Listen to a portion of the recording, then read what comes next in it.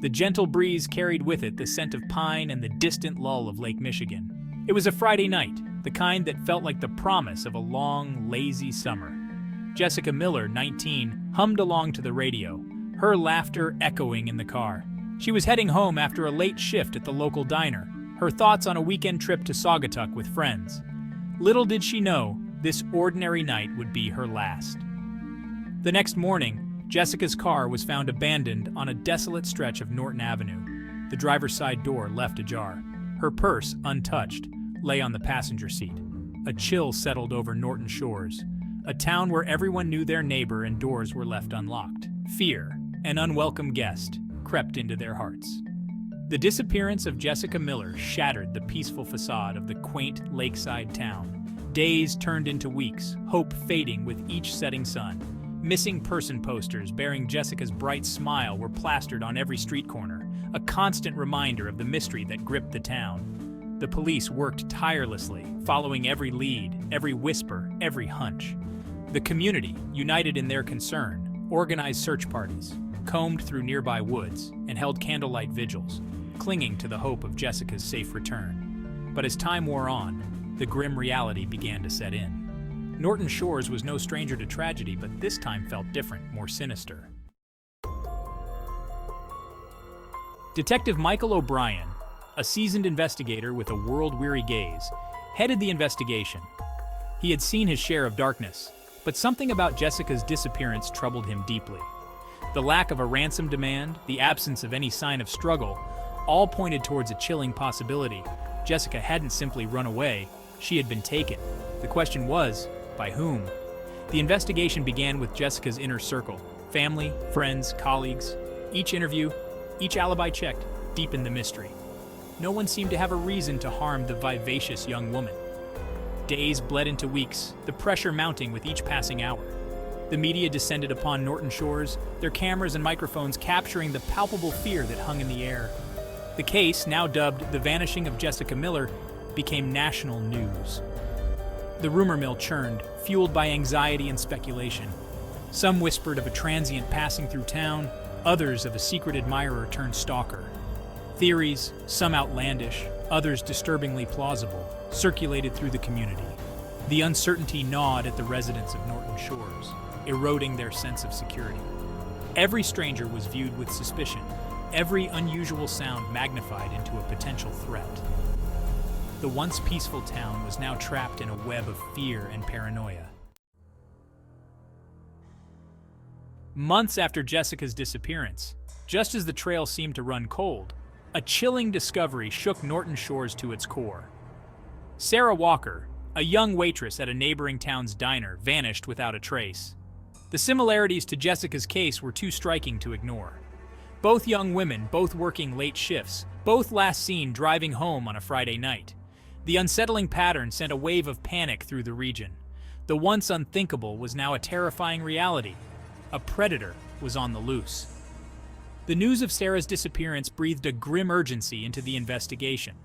Detective O'Brien, his face etched with worry, realized he was no longer dealing with an isolated incident. He was hunting a serial offender, a predator who had mastered the art of blending into the shadows. The stakes were higher than ever, the need to catch the perpetrator before they struck again a heavy burden on the detective's shoulders.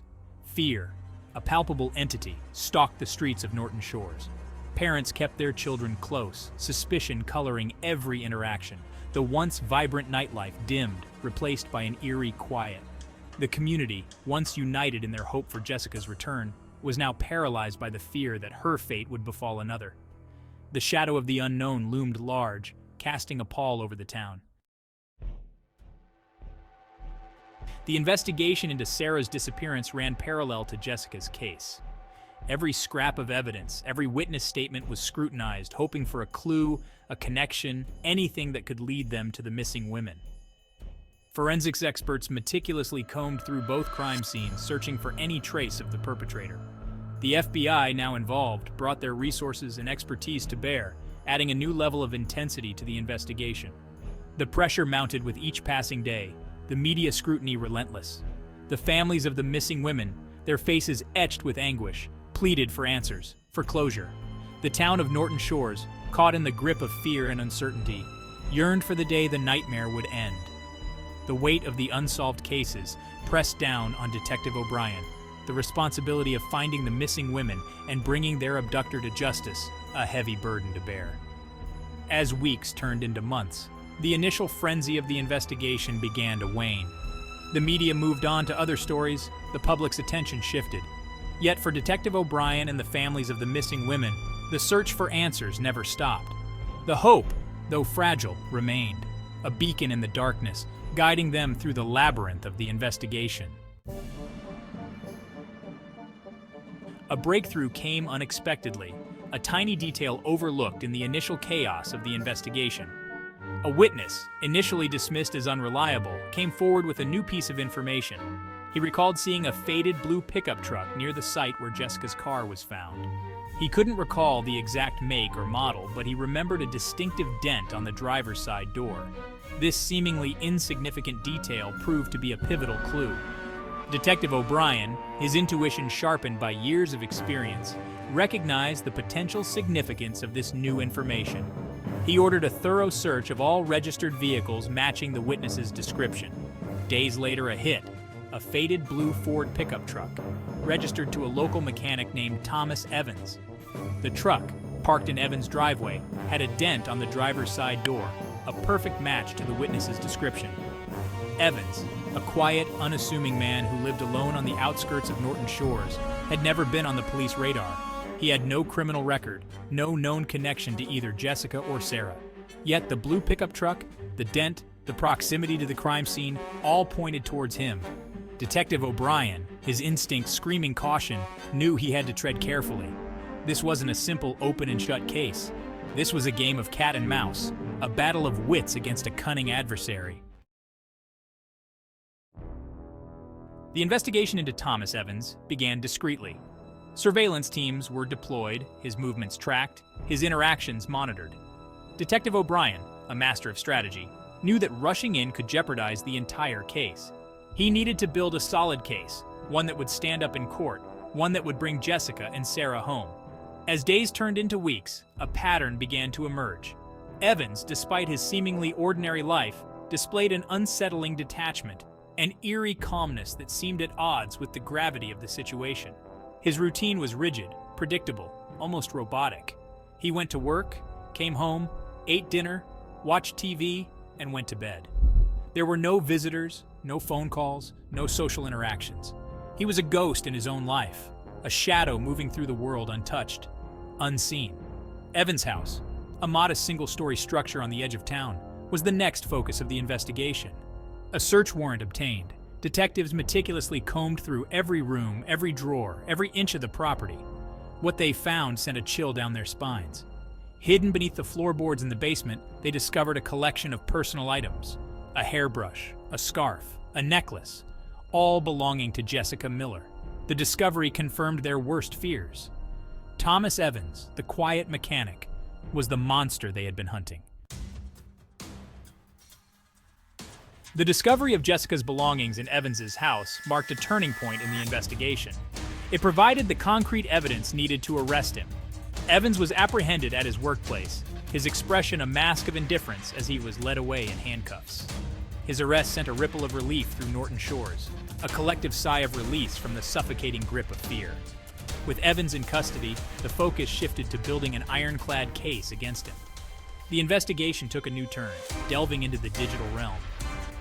Evans' computer, seized during the search of his house, held a treasure trove of incriminating evidence. His browser history revealed a disturbing obsession with young women, hours spent browsing online forums dedicated to stalking and abduction. The digital trail painted a chilling picture of a man consumed by dark fantasies. The digital evidence, coupled with the physical evidence found at his house, solidified the case against Evans. He was charged with the kidnapping and presumed murder of Jessica Miller and Sarah Walker.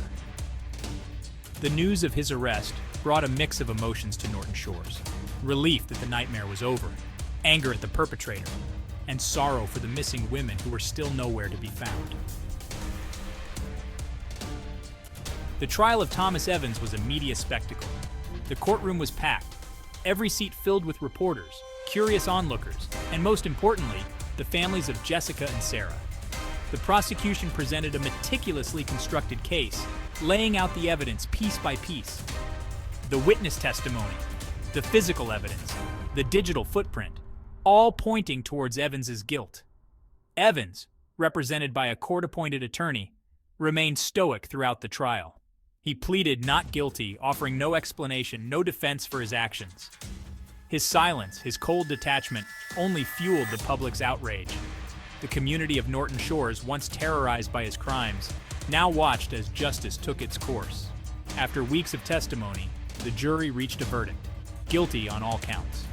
Evans was sentenced to life in prison without the possibility of parole. The sentence, though bringing a sense of closure, did little to ease the pain of the families who had lost their daughters. The scars of his crimes ran deep, a constant reminder of the darkness that had invaded their lives. The conviction of Thomas Evans marked the end of a chapter in the history of Norton Shores, but the story was far from over. The town, forever changed by the events of the past year, struggled to heal. The scars of fear, suspicion, and grief ran deep, a constant undercurrent in the fabric of the community. The families of Jessica and Sarah, though finding solace in the justice served, continued to grapple with the agonizing absence of their loved ones. Their homes, once filled with laughter and light, now echoed with a deafening silence. The pain of their loss, a constant ache, a reminder of the future stolen, the dreams shattered. The community of Norton Shores, united in their shared trauma, came together to support the families, to rebuild their sense of security, to reclaim their town from the grip of fear. They organized support groups, counseling services, and community events, creating a space for healing, for remembrance, for hope. The journey was long, the pain enduring, but the spirit of Norton Shores, though tested, remained unbroken. The case of Thomas Evans, the monster of Norton Shores as the media dubbed him, served as a stark reminder of the vulnerability of small towns, of the darkness that can lurk beneath the surface of seemingly ordinary lives. It sparked a conversation about safety, about vigilance, about the importance of community in the face of adversity. The story of Jessica and Sarah, though tragic, became a symbol of resilience, of the enduring power of hope. Their memory lived on in the hearts of those who knew them, in the stories shared, in the lives touched by their kindness. Their legacies, etched in stone in the memorial garden, served as a reminder of the fragility of life, the preciousness of every moment. The events that unfolded in Norton Shores left an indelible mark on the town, its residents, and the nation. It served as a chilling reminder that evil can wear many faces, that darkness can lurk in the most unexpected places. But it also highlighted the strength of the human spirit, the power of community, and the enduring hope that even in the face of tragedy, life goes on. Despite the conviction of Thomas Evans, some questions remained unanswered. The bodies of Jessica and Sarah were never found, leaving their families without the closure of a proper burial. The mystery of their final moments, the agony they endured, haunted their loved ones. The search for their remains continued, a beacon of hope flickering in the darkness. The motive behind Evans's crimes remained a chilling enigma. He offered no explanation, no insight into the twisted workings of his mind. His silence, his cold detachment, only deepened the mystery. The question of why, a question that would likely never be answered, hung heavy in the air. The case of the monster of Norton Shores served as a chilling reminder that some mysteries may never be fully solved. The scars of the past, the echoes of unanswered questions, would forever linger in the hearts of those touched by the tragedy.